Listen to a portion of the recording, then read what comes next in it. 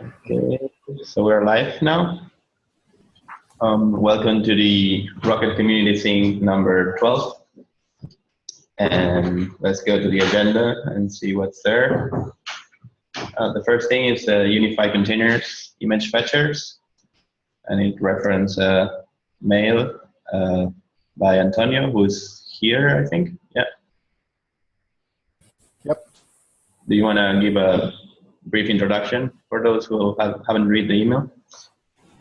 So the main things we'd like to see right now is to unify how we fetch containers images, which I've noticed is spread across different implementation.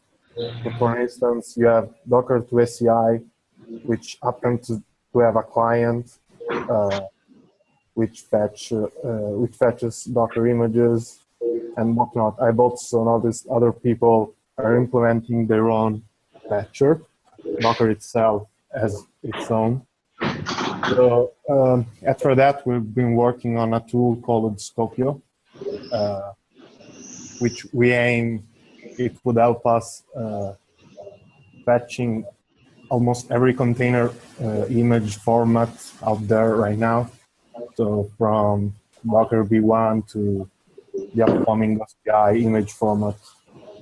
And I thought it would be a great idea to have you also and the community itself to contribute to such a tool. And so unifying every container fetcher up there. So you can then use it in Rocket or in Docker to ACI, or everyone can include it, like Kubernetes as well. That's the main idea. So do you see this tool sort of supporting all of these different formats natively upstream? Right. That's our hope. Right now, this tool I've built just supports Docker version 2, schema 1 and 2, but adding support for the version 1 should be fairly trivial. We started implementing the OCI image format. So what's left would be, I think, appc, and then generalize everything. Question from my side: do you provide some low-level primitives and some notion of an API such that Rocket can consume it on a library level, or is it rather just a command line tool which we will have to integrate? Right. So it was born as a command line tool, but the past few months we've been working on providing API to others to include it. And we would like help in this area specifically.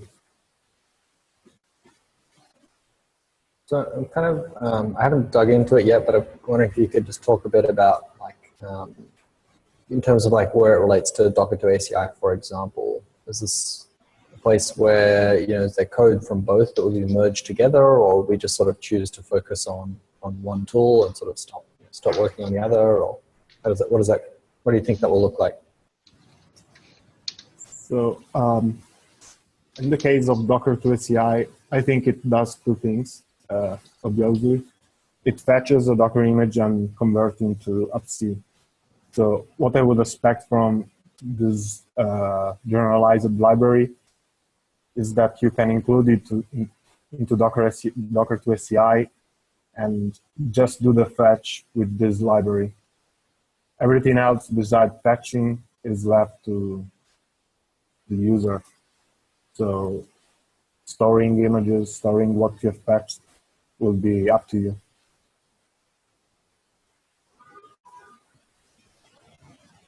Okay, so the interfaces that it would expose would sort of just provide some kind of, I don't know, read-write interface for for the images of the different formats.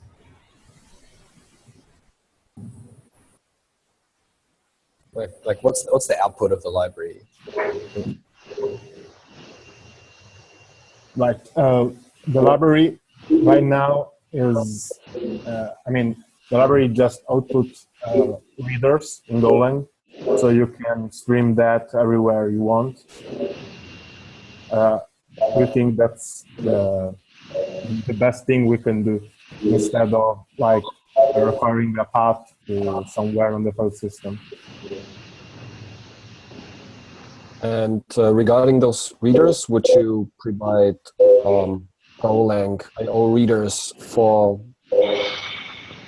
a unpacked view of a given image? For instance, if it contains out of several layers, such that you unpack it in memory and give us a consolidated reader, or are we given a reader per layer and we have to merge it ourselves in case we support different overlay semantics, like overlay class or maybe natively or whatever?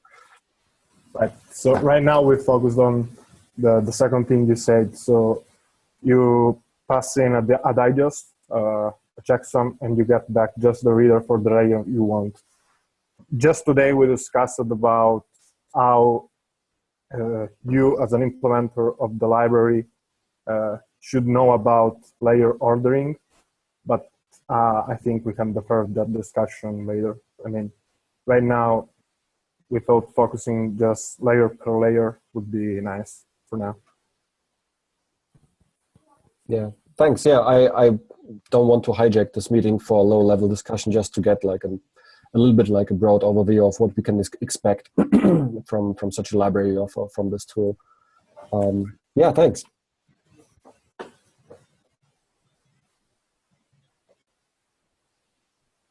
Derek, since you've been looking at this OCI fetch stuff, do you have anything else to add on this yet? I'm not sure. OCI fetch very specifically just pulls OCI images. So if Scopio wanted to add that functionality, I don't know if OCI fetch would then be useful by Rocket if it was using the Scopio library to shed everything. So I think OCI fetch is just going to work against registry which support already OCI, right? Yeah, that's correct. Yeah, so we don't really have that right now in Scopio, but it's really trivial to add that given how we build Scopio right now. So the main focus around OCI now in Scopio has been to download from Docker registry and convert to OCI image, specifically in the image layout that OCI expect, the OCI image spec. And also, if Scopio supports the Docker v22 format, pulling OCI images should be trivial changes, like really just change the accept headers. Right, exactly.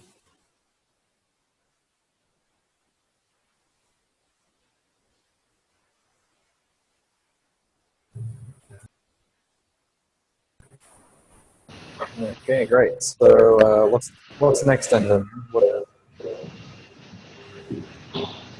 Somebody added container level interfaces into Rocket Pod.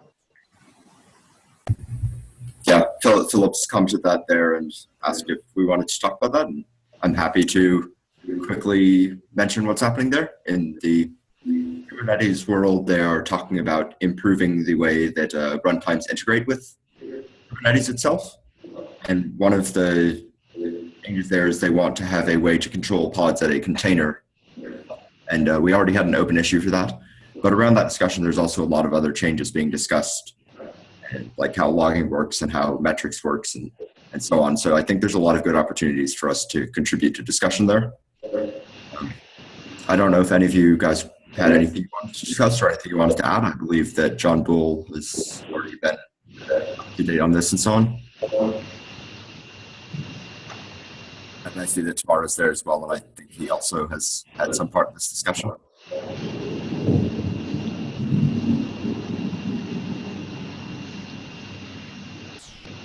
John Bull.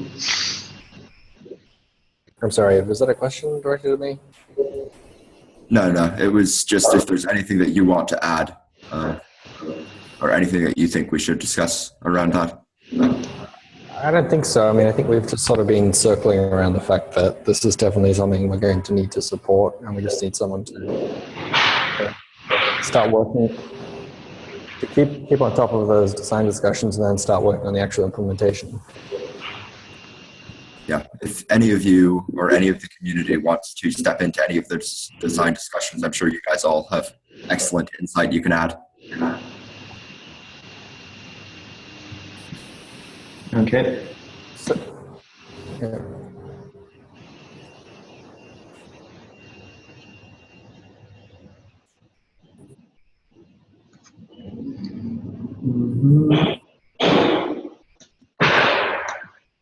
Okay, so we'll take a look at those issues. Because a lot to read.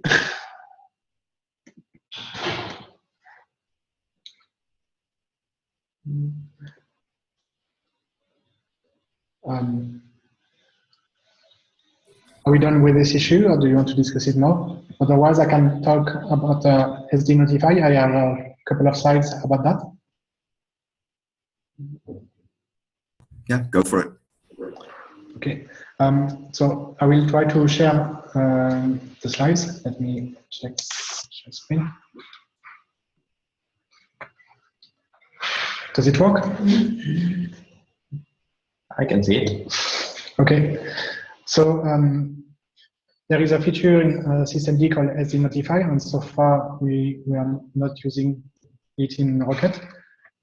So I wanted to say what is it used for. It could be, for example, to manage dependency properly. If you have two containers, one with a HTTP server and one with downloading from the first one, there is a dependency between them. Like the download cannot start before the first container is run on the port 80.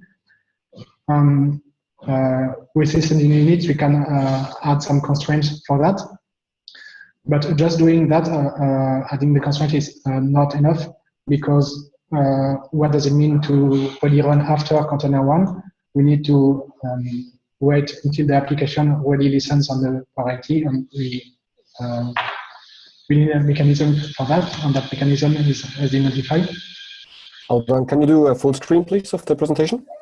Okay, I will try, but last time it was not working, so. Or you can just zoom in, like. How do I do it like that? If you double click on it, Sergey, it should go kind of big enough for you to see.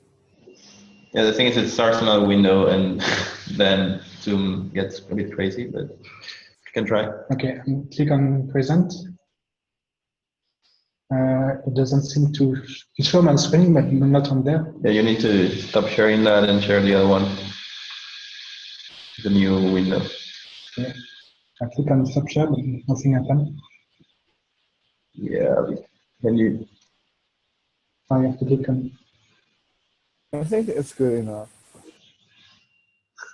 Can you click on stop share now?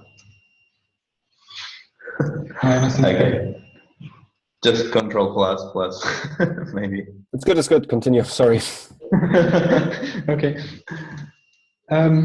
So yes, in this example, container 2 need to wait that the application really listen on parity. It's not enough that the process has been started. It needs to be ready, fully initialized.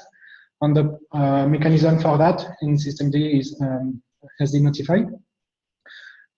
But in the case of Rocket, where we have systemd on the host, starting Rocket, starting in spawn, and then systemd on the application, we need to wait until everything is ready before considering the container ready, before starting the container number 2. So the mechanism SD Notify is socket where the different components can communicate. So, for example, we have systemd and spawn, which can send a message on the Unix socket to say I'm ready to systemd on the host. Systemd in the container can send a message to nspawn to say the default target has been released, that is, all the applications are ready. And at the end, the application has to notify systemd when it's fully initialized and it's ready to process the connections. So parts of that were already implemented, like systemd already has the SD notifying mechanism, but Endspawn, for example, until recently was considering ready as soon as it started the first process, like PID1 systemd in the container, but not when it's really ready. And so that has been, Alessandro was working on a patch which has accepted recently, so it will be in 231, systemd version 231. But there are some other difficulties. So it will need a patch which has been accepted in systemd for Endspawn to have a mod to really wait for all the application to be ready. Second, Rocket will need to know whether the app supports SD notify. We cannot just put that attribute type equal notify for all the apps, because if the app doesn't support that, then systemd inside the pod will wait forever for that app. So we need to we need to write in the SEI or in the image whether that's app supporting that or not. A way to do that will be to write in appc spec or in to have a field to say whether that app supports that or not. Third, there is currently a bug or something which is not implemented to have both in a unit file type equal notify on a root directory.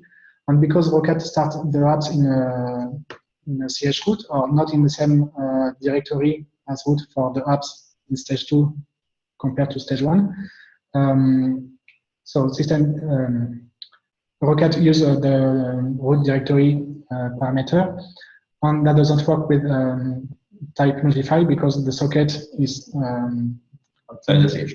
Yeah, the socket that system is on is outside the CH root.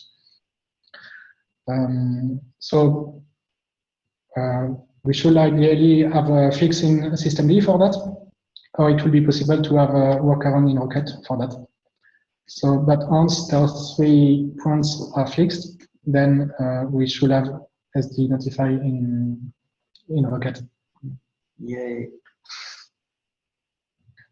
So that's the slides are available on. I put the link on the agenda for the thing. I'm trying to stop sharing, but it doesn't work. Can you? I'll stop sharing you. What? Okay, I really don't know how this works.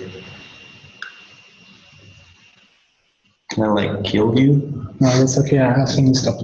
Okay, thank you. Okay. Thanks for the slides. Any questions from anybody? Seems not. So when do we think that might make it in? SD notify. So I think it will probably be added in systemd 231. One of the pull requests was already merged. The other one is not implemented yet, so we need to add that. I don't think that's so much work, but so probably in 231 should be there. And then on the Rocket side, that depends whether we consider it's a good idea to add that in appc spec or if we want a different way to do that. What happens if the app never notifies? Is there some timeout where you'll just shut down the pod entirely? Yes, so systemd has a timeout, and after the timeout, systemd kill the app and consider it's a failure. So that means if the app doesn't support notify, it's not okay to pretend it's a notify application because it will just kill the app after the timeout. If you have multiple applications with SD notify within the pod, it's going to notify when all of them complete to the host systemd? Yes, so systemd inside the pod will notify the host when it reaches the default target, and the default target is reached when all the apps are ready, and each of them can have different criteria for being ready. One of them can be notify, or another one can be another way. Okay, that makes sense. Thank you. Mhm. Any more questions?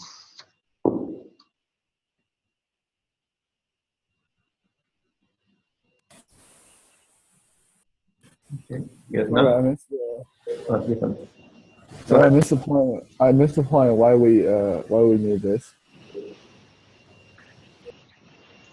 It's I don't think it's related to Kubernetes. It's for when we start when we have dependencies between different containers, and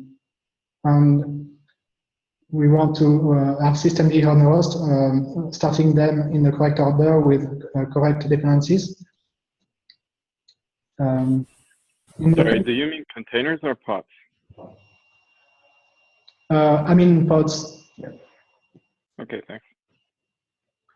I mean, in the case of Rocket, it will be pods, but the same idea is, yeah, so I mean pods, yes. Yeah. Sorry. Because we're talking about Rocket, yeah. You mean the apps within the pod, like they have a well-defined like order for execution? Sorry, I didn't get the question. Did you repeat?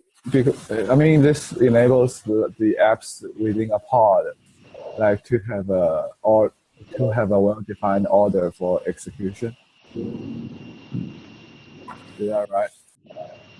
No, I don't think so. So the question is if it allows apps within a pod to have a defined order of execution. No, that's between different systemd service on the host, so different pods in the case of Rocket.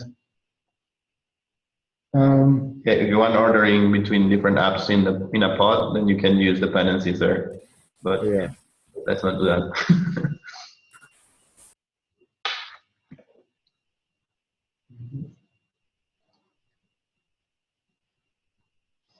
Okay.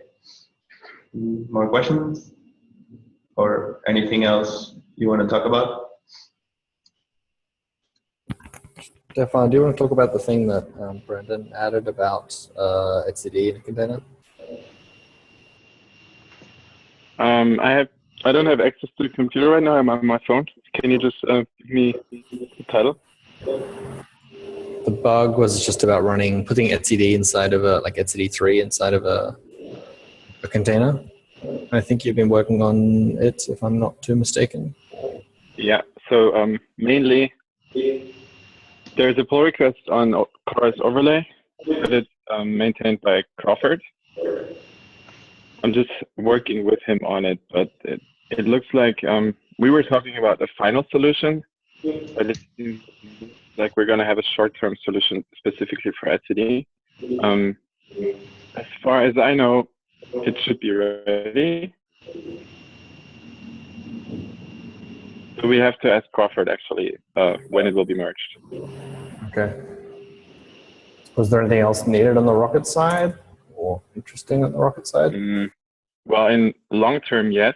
I have a document on my computer. I haven't posted it online. I'm writing things up, how we want this to be long term.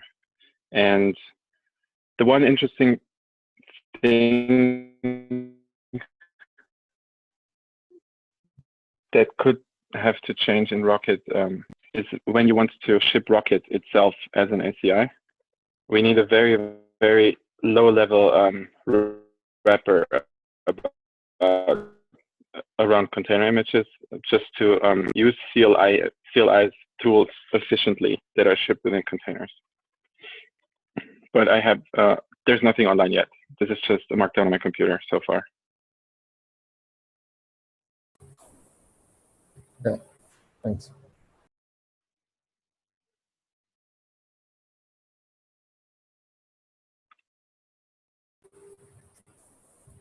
All right, anyone else have anything they'd like to discuss?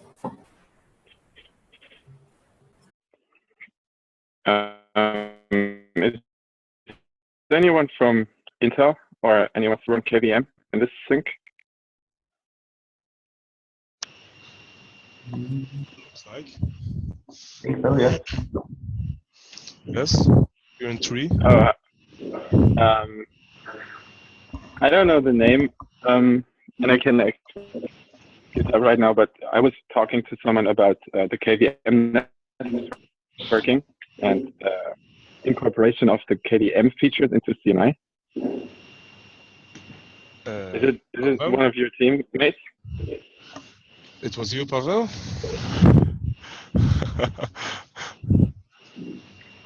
So as far as I know, Gel is working on this too, but he's not working with you anymore.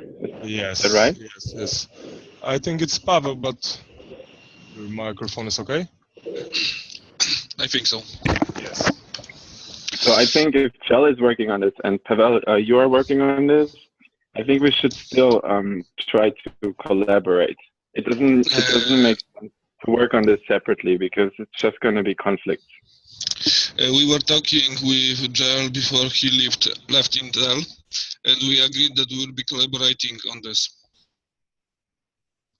So we will stay in sync with him, so we don't duplicate our job and we can move it faster forward. Perfect. Just let me know as soon as you have something to show and to review. Okay. Thanks.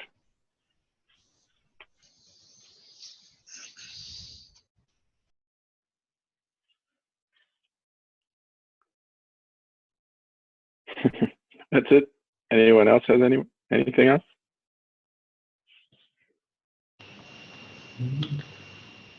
Nothing from here. Have you discussed the issue that we discussed here? Can you repeat? We kind of lost you. Oh yeah. So have you discussed the API service get pod call or whatever it's called and related to the stage 1 that's being used? No, but yeah, I think we reached a consensus there. Sergius, do you want to talk about it? Yeah, exactly. So I guess from the feedback we gathered, we have a consensus that we do not want to omit fly pods / containers / applications, whatever that thing is, from the API service. So I updated the pull request today to include also the any running fly pod in the get list call for the API service.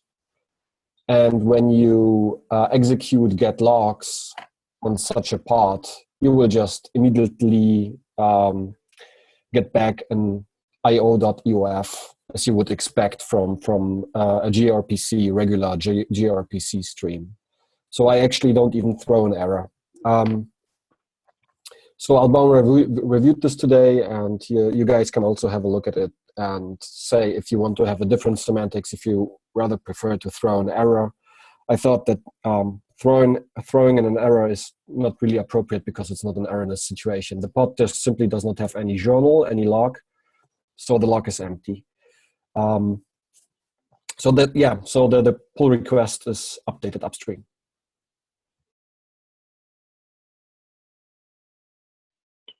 Does it need reviews? Yes, please. I need. I set up a comment today for PTAL, so please have another look at it. Okay, I will do it as soon as I get to the office. And on a similar matter, I suggested in many different places that we should have a facility for the stage 1 to indicate the supported features. How does everyone feel about this? Did you give example of features that you would like to show? I gave a... Well, let's just use the one that Sergius just brought up with the journal support. That would be one example. Or Okay. a more high-level example of a feature would be to have more than one application in the pod, or maybe to manage network namespaces or networking modes itself. So as far as I understand right now, the stage 1 implementation guide dictates the flags that are to be supported by the stage one, and anything that's not supported is basically considered an error. But in my opinion, this is not the right thing to do, because we will have different implementations because we want different features. We don't want the same features just with different implementations. It doesn't give anything to the user. In terms of API, will it be get the feature of a specific instance of a pod, or get the feature of stage one? Like you would. It has to come down to the specific instance, because you could technically have different versions of the same stage one flavor. Okay. So I'm thinking about introducing annotations in the ACI, in the manifest, that will indicate support for the different features. And that would mean that we would have to collect or define the features that we support. And then we could have an overview somewhere. It could be a simple Markdown document, could be a website. That sounds good to me. It could be, and then that will be exposed by the API service. Not even. I mean, the Rocket stage 0 can read it just from the stage 1 manifest. You don't even have to have an API service for that. But of course, you can expose it via the API service too. Okay. And you could go as far. You could go as far as if you run Rocket run --help. That help output could be dynamically created according to the features that are indicated by the stage 1. But in this case, you are not talking about instance anymore, but about the stage 1 yes, image. The particular stage 1 image and the version. Yeah. Right. Well, as soon as you do Rocket run --help, there is either a stage 1 default, or you can also specify one, and then you will just have to render the stage 1 and take a look. Okay. I'm not convinced about the help, but yeah, it sounds useful otherwise for if it is exposed on the API service to know if it supports journal-D or it supports something. Yeah. So In my opinion, it also boils kind of down to the question of how opinionated Rocket wants to be about the environment it supports. So currently we have a very strong notion against systemd and the interfaces it exposes. And yeah, we had a funny discussion today with Luca if it would actually, or I think this was with Tamara, if it would make actually sense to support something like an X-Hive OS X inside Rocket. So I think that boils also down to the question on how we want to Rocket be opinionated about the environment it is. And Fly was kind of an exception as far as understood, Jonathan. And if we add this sort of notion of capabilities, this could, yeah, I just wanted to throw it in that we should also think about this context. I think Fly is not the only exception, as in full feature support. Now with this SD notify feature, that helps people to coordinate pods. I'm pretty sure KVM doesn't support this right now. So there will always be a difference in the different stage 1s, which is fine because they are just different and for a reason. But right now it's just it's not clear what is supported by what, and people will be surprised, negatively surprised maybe at one point. I would just like a way so it could be indicated and documented clearly. Yeah, you have a point. Agreed.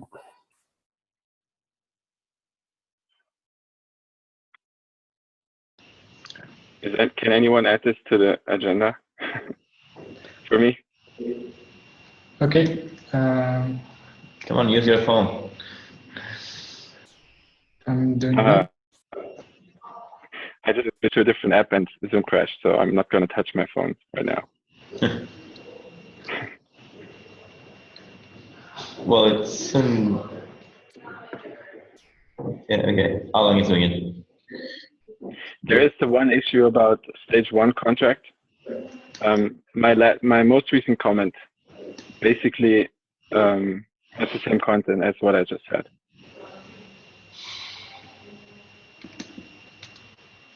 Which is 2085. Thank you.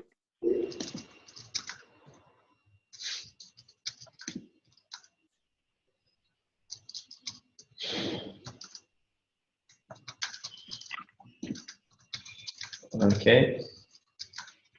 Anything else to discuss today?